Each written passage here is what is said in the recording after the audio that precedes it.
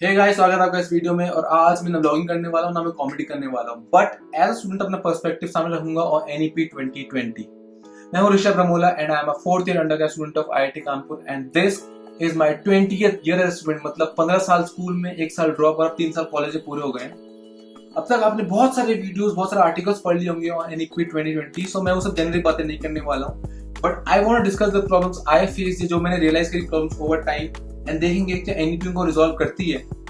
मैंने इस वीडियो को 5 सेक्शन में डिवाइड किया है। पहला section is the problems I face और रियलाइज, दूसरा है हैज एनईपी रिजॉल्व्ड देम, तीसरा है some additional good points of NEP 2020, चौथा है the criticism of NEP 2020 and पांचवा इज माय 3 टेकअवेज। मैंने नीचे हर सेक्शन का टाइम स्टैंप लगा दिया है, so let's begin. Mental health. यार मुझे तो ना यूएस के टीन शो देख के पता चला कि यार काउंसलर नाम की भी कोई चीज होती है और मेंटल हेल्थ का ध्यान रखना स्कूल का भी काम होता है। Sex education, maximum Indian youth को सेक्स एजुकेशन या तो पॉर्न से मिलती है, किसी फ्रेंड से जिसने खुद अपनी ओपिनियन पॉर्न देख के बनाई होती है। मतलब स्कूल्स में ना रिप्रोडक्शन के चैप्टर को ऐसे स्किप करते हैं जैसे मतलब अपनी गवर्नमेंट्स विकास को। फिर मैंने मूवीज देखी, मैंने कहा डेवलप्ड कंट्रीज का बड़ा सही है। मतलब यहाँ पे उनको स्कूल्स में तो मिलती है एजुकेशन, बट घर पर भी पेरेंट्स भी उनको टॉक देते हैं। मतलब जब वो चीज नेक्स्ट जनरेशन को पास ऑन कर रहे हैं पेरेंट्स, तो उनको भी तो खुद पहले मिली होगी ना वो चीज। Memory versus intelligence. मेरे लिए 10th तक ना पढ़ाई वाज इक्वल टू रटना, और मार्क्स भी ठीक आते थे। तो पेरेंट्स को लगा बच्चा होशियार है, कोटा भेज दो। कोटा ने पहली बार मुझे बुद्धि लगाना सिखाया, मुझे ये सिखाया कि पढ़ते कैसे हैं। बोर्ड एग्जाम्स, वी नो हमारे आसपास के लोग क्या कैसा लाइफ और डेथ का मैटर बना देते हैं बोर्ड्स को। फोन क्यों चला रहा है, बोर्ड से नहीं पढ़ना। पानी क्यों पी रहा है, बोर्ड से नहीं पढ़ना। सांस क्यों ले रहा है, बोर्ड से नहीं पढ़ना क्या। गोल्स, मैंने आजकल एक बच्चे को देखा जिसका दिन भर में सिर्फ ये गोल था कि कब उसके पेरेंट्स घर के बाहर जाए और वो आराम से घर में पबजी खेल पाए, बिकॉज वैसे वो अलाउ नहीं करते। तो उस मतलब हो सकता है वो बच्चा पोटेंशियल गेमर हो, बट हमारा एजुकेशन सिस्टम अभी ऐसा है कि बच्चों को कोई गोल नहीं मिलता है। और मैं शॉर्ट टर्म गोल्स की बात करूँ, लॉन्ग टर्म तो भूल ही जाओ। तो मैं बहुत छोटे से टाउन से बिलोंग करता हूँ और मैंने यहाँ लोगों को देखा है कि उनका सिर्फ इतना सा गोल है कि इस टाउन से निकल के किसी तरह वो देहरादून चले जाएं। कि इस कॉलेज में पढ़ना है, क्या ब्रांच लेनी, कोई मैटर नहीं करते, बस यहाँ से निकलना है। Freedom is good, exposure is good, but freedom और एक्सपोजर के आगे क्या? What do you want to do, what is your goal? Mental health report says that nutrition and health, including mental health, would be addressed.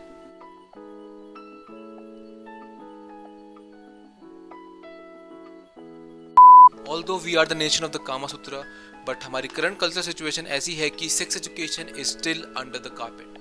I think it is up to our generation कि हम कितना sensitize कर पाते हैं इसके बारे में for the future generations.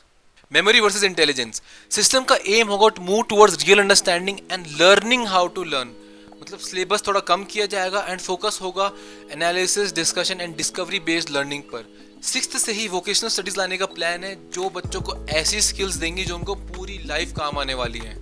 Board exams को कम स्ट्रेसफुल बनाने के लिए सिर्फ कोर कॉन्सेप्ट से टेस्ट किए जाएंगे एंड नॉट द रट्टाफिकेशन वाला नॉलेज। लॉन्ग टर्म प्लान तो ये भी है कि इसको सेमेस्टर या मॉड्यूलर फॉर्म में भी ले आएं। इससे फायदा ये होगा कि बच्चे कम टाइम में ज़्यादा सब्जेक्ट से एक्सपोज हो पाएंगे। बट हमें एक दूसरे पर्सपेक्टिव से भी सोचना होगा। फर्स्ट, अभी जैसे स्टैंडर्डाइज एग्जाम होते हैं, इसका फायदा ये होता है कि जो स्कूल्स हैं ना वो फ्रॉड रिजल्ट्स नहीं निकाल पाते हैं अपना एडमिशन बढ़ाने के लिए। सेकेंड पॉइंट, जैसे हमारी सोसाइटी है, अगर ये सिस्टम ऑफ एजुकेशन चेंज होता है तो कुछ ना कुछ तो ढूंढ ही लेगी हमको प्रेशराइज करने के लिए, है ना। So the most important question should be, does this policy change our fundamental outlook towards education goals? Since students would be exposed to a number of sports, skills and subjects, so this would give them something to be passionate about and hence giving them goals automatically. What else is good? Coding. I am studying in an institute of national importance which is supposed to give great engineers to the nation. But most of the people are ending up in coding jobs, be it software development, data analyst, etc. Since data is the goal of the future, हमें लोग चाहिए जो इससे खेल सके, है ना। इसीलिए I'm very happy, very excited कि बच्चों को ये स्कूल से ही 6th क्लास से पढ़ाया जाएगा, बिकॉज ये स्किल के बिना फ्यूचर में काम नहीं चलने वाला है। कॉलेज स्ट्रक्चर, बच्चे अब कॉलेज में अलग अलग ईयर के बाद एग्जिट कर पाएंगे और उन्होंने जितने साल पढ़ाई करी है उनको उसका रिकग्निशन ज़रूर मिलेगा। पढ़ाई बिल्कुल वेस्ट नहीं होगी, which is again amazing. GDP का 6% एजुकेशन पर स्पेंड करने का प्लान है, जो एमएचआरडी के अकॉर्डिंग अभी 4.6% है। इंडिया को डेवलप कंट्री बनाना है तो ये बहुत ही इंपॉर्टेंट स्टेप है। फॉर रेफरेंस अमेरिका स्पेंड करता है 6.2%, चाइना करता है 4.11% और पाकिस्तान करता है 2.89%। ये आखिरी वाला वो जस्ट फॉर फन। नेपाल करते ज़्यादा मज़ा आता ना। Academic flexibility. This policy aims at having no hard separations between arts, sciences and humanities. मेरे कॉलेज में भी अगर मुझे डिग्री चाहिए ना तो मुझको 5 ह्यूमैनिटी से कोर्सेज करना कंपलसरी है। अब तक मैंने सोशियोलॉजी, साइकोलॉजी और लिटरेचर के कोर्सेज कर रखे। And when you study all this subjects along with the major ना, it gives you a lot of new perspectives and it evolves you as a person. Finally मेरा favourite reform MHRD ministry of human resource development को rename करके ministry of education कर दी गया। मतलब पता नहीं क्यों इतना कॉम्प्लिकेटेड नाम था, इतना सही अब ये रिफॉर्म हुआ है ना, मतलब दिल से अच्छा लगता है साहब। सिंस ये पॉलिसी इतने सारे मेजर चेंजेस ला रही है तो उसका क्रिटिसिज्म तो होगा ही। इसका मेजर क्रिटिसिज्म हो रहा है मीडियम ऑफ इंस्ट्रक्शन पर, and I would really like कि गवर्नमेंट इस पर कुछ क्लैरिफिकेशन दे।